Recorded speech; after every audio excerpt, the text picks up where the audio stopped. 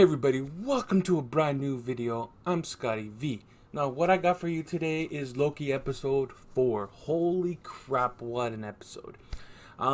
Before I talk about episode 4, please make sure you hit that subscribe button and that notification bell so you don't miss anything that I do. Now, I'm about to spoil this episode for you guys, so if you guys have not seen this episode, please save this video for later and come back. So before I get on with this episode, a lot of people were posting the reviews, especially one particular website. Big, very big, over 15 million reviewers or what. I still can't explain it. Are we watching the same episode? Like, what they said in their review and what I'm about to say and us fans are about to say, are we watching the same show? I don't know. I was just reading their review and I was like, what the hell? They're not watching the same thing we're watching. But, anyways, that's beside the point. Holy shit, what an episode, okay? So, basically, the episode starts off. This is going to be like a recap review type thing, so deal with it. The episode opens up with Sylvie in Asgard, which we got a different angle this time. I'm going to be going more in depth, not like my episode 3 review, which is crap. But we get a different view of Asgard. Usually we get the front view, right? We get the pan from the front and then we get in. No, this came from the back of Asgard. And Sylvie was just playing with her toys. And there was a ship and then there was a dog, which resembles to the dog that we saw in Thor Ragnarok with Hela's dog. And the TVA just abruptly show up, arrest her, saying, "You, on behalf of the Time Variance Authority, you're under arrest for disrupting the sacred timeline." Which doesn't make sense because she was just playing with her toys. Like, why did she get abducted and brought in to the TVA? Which this question will not be answered in this episode. She's trying to figure out why she got arrested. What nexus event that she caused for them to show up, right? That question will not be answered in this episode. So when she got brought in, she goes through the exact same process as Loki did. Everything she said, blah, blah, blah, blah, blah. She does escape stealing one of those time tablets. She escapes. And then she's creating the event that she's creating. Okay?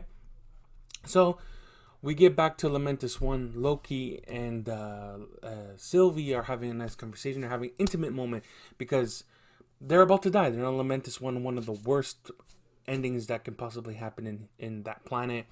They're having an intimate moment. They're falling for each other, Loki. So they're falling in love with themselves, technically.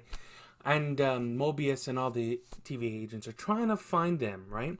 And they're causing their branch that they're creating with their Nexus event is going straight up. Like usually it goes up like this, right? Like it's sort of like a worm type, but no, it was going up like a tree. Like it was just going up like that, like a plant. And that gave them the indication, okay, they're in Lamentus 1. Let's go grab them. So the TVA goes grab them. Sylvie gets put in one cell, and Loki gets put on another with the Mobius. They're exchanging dialogue. They're going back and forth, back and forth. One is lying to the other and back and forth, which is pretty cool because, he's the god of mischief, lowercase g. So they were going back and forth with lies and all that. And at the end, Loki does snap. Loki says, listen, the TVA is not what you think it is. Sylvie can go into your mind and unlock past memories. So don't think that you're a created being from the TVA and from the Timekeepers. You're not. You used to have a past life. And Mobius, deep down, he knows that Loki's right because he has this obsession with scuba diving. Right? Is it scuba diving? I don't know. But he has this obsession with it. Like he wants to do it so bad. When everything is 100%, he wants to go back to that life. Or experience that life anyways. So Loki gets put in a time loop and guess who shows up? We haven't seen this character in so long. Lady Sif. Last time we saw her I think was in Thor the Dark World if I'm not mistaken. She never showed up in Ragnarok. And then she showed up in Agents of S.H.I.E.L.D. but they become uncanon with the MCU. Basically Loki cut her hair, messed up with her sacred Asgardian hair, and the time loop is Lady Sif coming saying you'll always be alone. A narcissist, whatever. Punches him in the face, kicks him in the nuts. That's it. It's just a time loop going back and forth, back and forth, back and forth. And it was just pretty funny. I can't admit. I can't admit it was pretty funny. So when Mobius comes to the realization that Loki was right because Mobius did steal the clip time thingy majiggy with the judge. I can never remember her name. Well, I'm just gonna call her the judge. It's more easier to remember. But you guys know who I'm talking about. Then he did some digging that the TVA agent that they brought in after Sylvie kind of went into her mind. It's like, no, I had a past life. I know, I felt it. Blah blah blah blah. And then you see her, the judge in the background, kind of erasing her, getting rid of her because she's been compromised. So Mobius sees that. Mobius went to go get Loki. It says, Loki, you're right. I need your help. Let's do this. So as Mobius took Loki out of the time loop, there they were waiting, and Mobius is like, yeah, what if he's right? What if this is totally something that was true, that we used to have a past life and we were all variants? She erases Mobius. I was like, you son of a gun. You erased Mobius? How dare you? He was so cool. I liked it, Mobius. So, with that all said and done, Loki and Lady Loki, or Sylvie, get brought in front of the TVA, or the timekeepers who are in charge of the TVA and the sacred timeline. We see them sitting on their thrones. 1, 2, 3. Let's say the three amigos, the three dummies. I don't know, whatever you want to call them.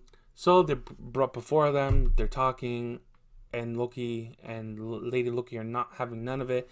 They're about to be erased, but then a fight breaks out, which is totally awesome. The choreography of this fight was great. At the end, Lady Loki and Loki end up beating up all the guards and the judge. And Sylvie gets one of her daggers and throws it at the TVA. And my sister and I were watching this. We're like, holy shit, they did not just do that. The head gets cut off. The head rolls down. We learned they were robots. And as one of them were dying or getting powered off, they were laughing at her. The other two robots were laughing at her. They're like, ha ha ha ha ha. Like, what in the hell's going on?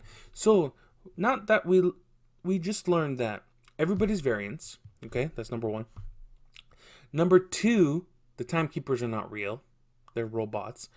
And number three, there's a bigger enemy going on. So originally we thought that Sylvie was the main villain, which was not the case. She became an ally. Number two, the TVA is not real. Someone else is controlling the TVA in the sacred timeline. Because I'm pretty sure the Avengers really messed something up. That's what I'm assuming. I think there's something that the Avengers did that messed up everything. But I don't know if that's true or not. Okay?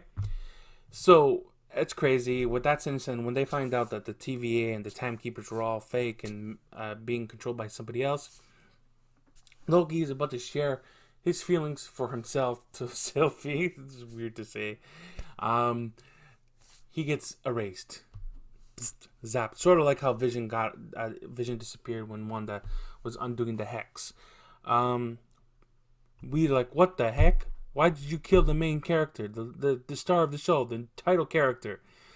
But we have figured out at the post-credit scene that Loki was zapped somewhere else. And when he's like, are we in hell? So now that's HEL. So that's the hell version of